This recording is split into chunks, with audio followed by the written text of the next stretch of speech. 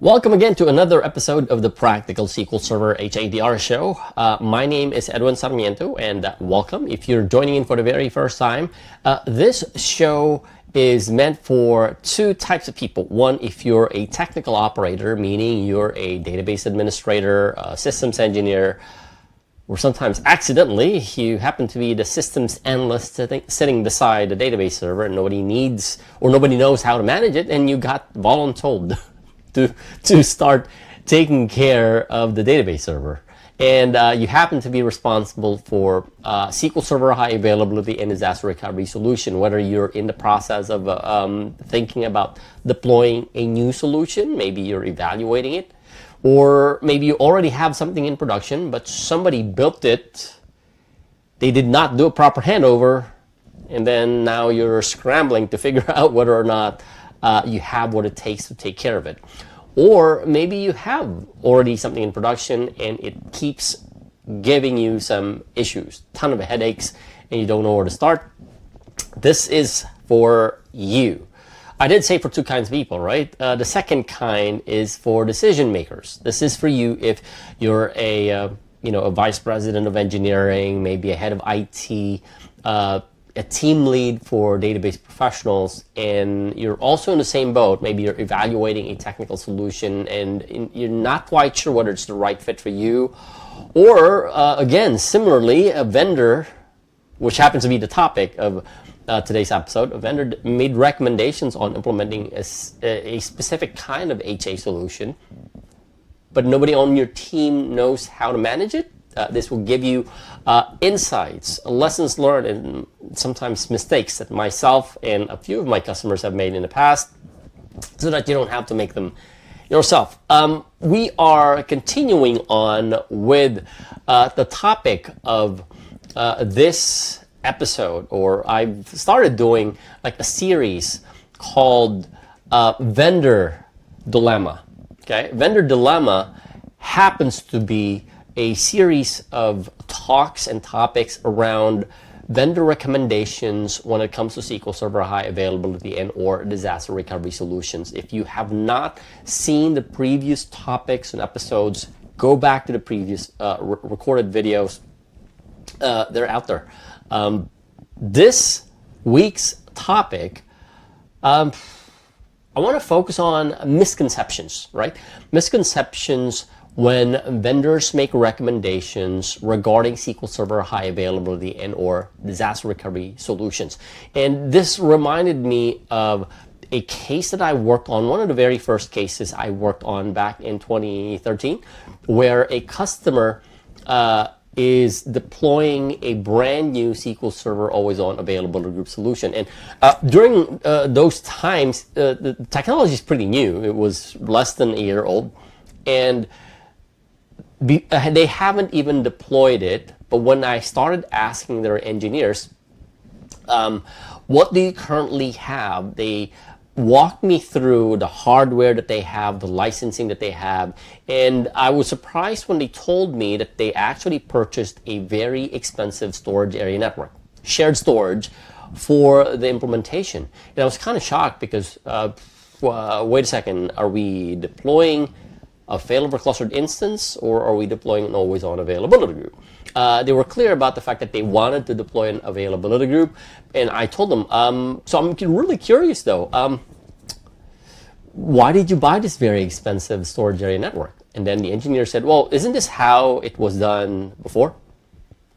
And so that kind of misconception would lead you down to increased cost, sometimes incorrect implementation because of wrong understanding of how the technology is. And like I said, I want to focus on vendor recommendations, some of the misconceptions when a vendor would recommend a specific high availability and or disaster recovery solution. And it could be as specific as SQL Server, or it could be something as generic where SQL Server is just one part of it, all right? Whenever you're ready, grab your pen and paper, take notes, and again, like I mentioned, go back to some of the videos that I've done a couple of weeks ago as part of this series. But let's get started. What are those misconceptions?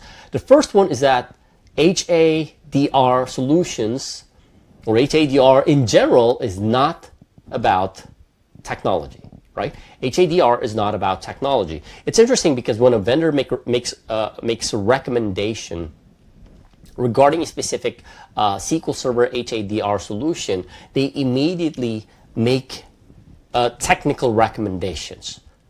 Like an ERP system, for instance, they're deploying an ERP solution, and the vendor would say, if you ask, hey, what would you recommend for our high availability and or disaster recovery?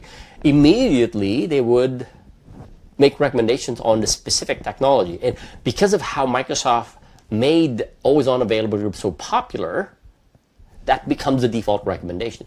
But HADR is not about technology. Okay, go back to the very first video in the series where I talked about what it should really be about.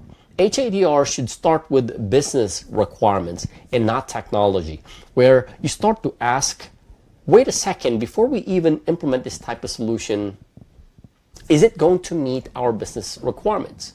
Okay, you start off with defining your recovery point, recovery time objective, and service level agreement. An example of this is, let's say you have an ERP system and you're deploying a brand new ERP system and you want to provision high availability for your system, including the databases. Now, you might want to ask the question, wait a second, what times are we using the system? Are we going to be using this 24/7? Or if we're going to be using this 24/7, are we going to be using this at maximum capacity all day, every day? Or is there some timing where the system will only be used, let's say, between Monday to Friday, 6 in the morning up until like 9 p.m., depending on the time zone even?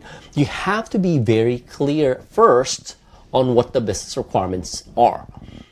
Okay, that's why it's confusing sometimes when you ask vendors for their recommendation regarding high availability and or disaster recovery. They immediately jump into the technical aspect of it and the technical solution or the technology solution, when in fact HADR is not about technology.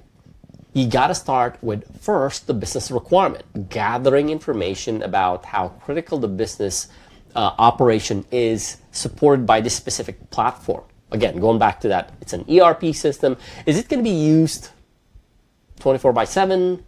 Or is it only going to be used from 6 in the morning to 9 p.m., stretch across multiple time zones? That should be the starting point of the conversation regarding HADR whenever a vendor makes those recommendations. And it doesn't stop there. You also have to start looking at the process involved. Let's say, for instance, you can ask the question, what happens when? Because it's never a question of if, it's a question of when. What happens when this platform goes offline? What are our processes and workflows? Okay, so that's for the process piece. And then we have the people piece. Who's going to be responsible for this? Is it going to be the DBA team? Is it going to be the apps team? Is it going to be the vendor because they're making those recommendations? You have to first think about the business requirements, the processes involved, and the people involved before you can even jump into the technical aspect and the technology solution that the vendor is making recommendations about. Again, it is common to hear vendors make recommendations about HADR solutions that immediately go to the technology that they're making recommendations about. Okay, so that's the first one. HADR is not about the technology. First misconception. The second misconception is that wizards make implementation easy. Okay, wizards make implementation easy. I heard a common recommendation from vendors: hey, implement always-on availability groups because it's so easy to implement. You just open up the Windows Server failover cluster or failover cluster management console, open the wizard, and then you can build a failover cluster. You can build an always-on availability group. Just open up SQL Server Management Studio, go through the wizard, and you now have a high availability solution for your databases. Now, kudos to Microsoft for making deployment and implementation of these complex technologies easy. But they're not simple. They're really not simple, because a lot of these things are abstracted from the point of view of the end user, or in the case of the technical operator, the DBA, the sysadmin. It's abstracted. Like, take for instance, when you're building a Windows Server failover cluster, sure, Microsoft would say just provision 2 servers and then run the failover cluster cluster creation wizard. Well, you start off with a cluster validation wizard, and then you can build the failover cluster. It will fail if those 2 servers or the prerequisites are not met. But if everything's good, you can build a Windows Server failover cluster in less than 5 minutes. Sure. In fact, a lot of the videos that you would see on YouTube, some of the tutorials make it so easy that anybody now can build a Windows Server failover cluster just by following the wizards or going through the wizard. Same thing with always on availability groups. Spin up SQL Server Management Studio, go through the wizard. Oh, maybe you need to enable always on available groups feature first, and then open up the wizard, or SQL Server Management Studio, go through the wizard, and it would block you if it did not pass the prerequisites, but it will go through if it passed all the prerequisites.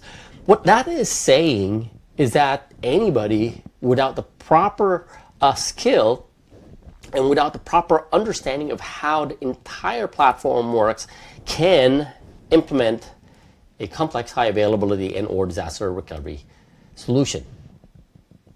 But that doesn't mean you don't need special skills. Again, everything's abstracted, where the wizards will do the work for you, and you don't even know that a lot of the things that come into building a complex solution like always on availability groups need to be provisioned first. In fact, you have to be aware of every single technology stack that makes up the entire platform. Like, for instance, with always on availability groups, if you're a SQL Server DBA, you only see the SQL Server piece. What about the platform that makes it highly available, which is Windows Server Failover Cluster? You also need to be familiar with Windows Server Failover Cluster, networking, Active Directory and DNS. All of these things make SQL Server highly available. But if you're using a wizard, well, the assumption there is you already know how to do these things. That's why the wizard makes it so easy. I remember a common issue in the initial days when always on available groups came out was the 35250 error. This is when you go through the wizard, you're adding the replica to the availability group that you're trying to create, and then when you hit finish to create availability group, you see an error, the error 35250 error, which prevents the availability group from adding the other replica. Well, wait a second, the wizard said I can go ahead and create the availability group. Well, yes, but because everything is abstracted and the wizard does not show you all of the prerequisites that the underlying infrastructure needs in order to make it work, you kind of skip through those prerequisites. Okay? You definitely need to have specialized skills. Just because it's easy using the wizards to deploy a complex solution like always on availability groups, you don't need highly specialized skills. Again, that's why it's a misconception. Okay? The third one is seamless app integration. Okay? Seamless app integration. And this is something that I ask vendors whenever they're making recommendations about high availability solutions for SQL Server, specifically always on available groups. One of the projects that I worked on a couple of years ago, they're a CRM vendor, and they were making recommendations on how the entire CRM solution was going to be deployed for scale out and high availability. And then on the database side, they recommended that the customer would use always on available groups. The first question I asked was, okay, so how does the application behave when it's connecting to the availability groups? The response was, sure, you can use the listener name, and then because the availability group is seamless when it comes to failing over and automatic failover, you'd be fine. Now, the follow-up question I had with that was, so how does it handle reconnection logic? Yes, complete silence. I did not freeze, but complete silence.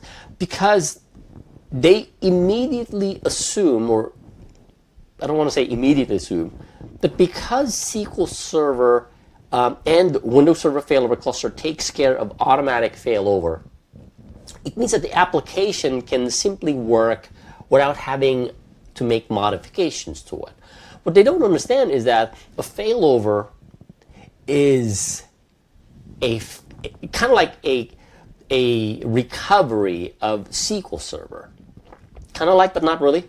Because what happens is that when the application is connected to SQL Server using the listener name will go offline. And when the listener name goes offline, client applications get disconnected. Okay? Even if the connection details are cached within the client application, the process of failing over an availability group involves the databases going through crash recovery. Although the failovers, well, not really full-on crash recovery because the standby is already doing redo. But nevertheless, the database will be recovered, which means the application will not be able to connect to it until the recovery process completes. And when an application vendor would say, oh, it's seamless integration with our app because it's automatic failover, they're not understanding what is going on underneath, that their application needs to be properly written in order to take advantage of the automatic failover process. Okay? And like I said, the application connects to the listener name. Upon failover, SQL Server will go through, I want to say half of crash recovery because it's already redoing on the secondary, recover the databases, and while it is recovering the databases, client application will not be able to access those. So technically, the client application gets disconnected during the failover process. It's interesting because whenever a vendor would ask me that, I would tell them it's by design. There's really no working around the fact the client application will get disconnected as part of the failover process. Sure, you can reconnect to the databases using the same listener, and that's what the seamless part of the failover is. No changes to the listener name. You will still get connected to the database, but you have to make sure that the application is written with reconnection logic, retry logic, and handling whatever transactions are happening in place. Because again, it's the last thing you want is for you to have logical corruption. And when I say logical corruption, I mean inconsistencies with the data. I've seen cases where the data from the app is not consistent with the data that's in the database because of how the app was written, where they're storing that temporarily as a file inside the app and then persisting it on the database. But then, if the app is not properly written to take into account that the database is failing over, the client application gets disconnected and needs to reconnect back, then it's not seamless integration. This is a common question that I ask vendors, especially when they are making recommendations. And again, there's really no such thing as client applications are not going to get disconnected. There's a thing called physics. And so when something like that happens, they will get disconnected. It's up to the application whether or not they build it into it, retry and reconnection logic, and then continue on from where they left off. Okay. Again, another misconception, and I couldn't count the number of times I had to push back on implementing a specific solution until the vendor would actually write that capability into the app of retrying the connection, reconnecting the app, the connection to the database after a failover. Because again, it doesn't make sense, especially if it's not baked into it, and so the user would see that as, hey, my application is not working. Okay, despite the fact that the database has been automatically failed over. Well, when you also when you really do think about it, it's the perception of the user. Well, I couldn't connect, the entire app is down. Whereas it's just the app, but the database is up and running. Okay, so seamless app integration. What else? Seamless app integration, wizards making it so easy to implement, and HADR not being about technology. Some of the misconceptions that you have to clarify with your vendor whenever they're making recommendations when it comes to high availability and or disaster recovery solutions. And it's important for you, and as I mentioned in previous videos, to really vet the vendor on how capable they are when it comes to supporting the app. Again, just a quick review of some of the things that we've already covered. How capable are their team when it comes to supporting both the app and the database when, again, it's not a question of if, but a question of when the database becomes unavailable. Who becomes the point of contact when it comes to support, alerting, troubleshooting, and issue resolution, all of those things. Again, I highly, highly recommend that you go back to some of the videos that are part of this Vendor Dilemma series. Right? That's about it for this week's episode of the Practical SQL Server HADR show. Again, I appreciate a lot of the feedback and the comments. Some of you are sending direct messages. Thank you for your comments and your feedback. In fact, it's one of the reasons why I added this lesson on, or not lesson, but this video on misconceptions when it comes to vendor recommendations, specifically when it comes to implementing high availability and or disaster recovery solutions. And if you need help, you're seeing a link to my calendar page. This will, excuse me, redirect you to my calendar page where you can pick and choose a time that works for you. If you need help with anything SQL Server high availability and or disaster recovery related, whether it's design specific or implementation specific or even people specific, just getting your staff ready for, excuse me, man, my throat is acting up. Just to get your people ready for implementation or even supporting it. Use that link on the screen, schedule a strategy session, and let's have a conversation. Happy to help in any way I can. All right, that's about it for this week's episode of the Practical SQL Server HADR show. Enjoy the rest of your weekend.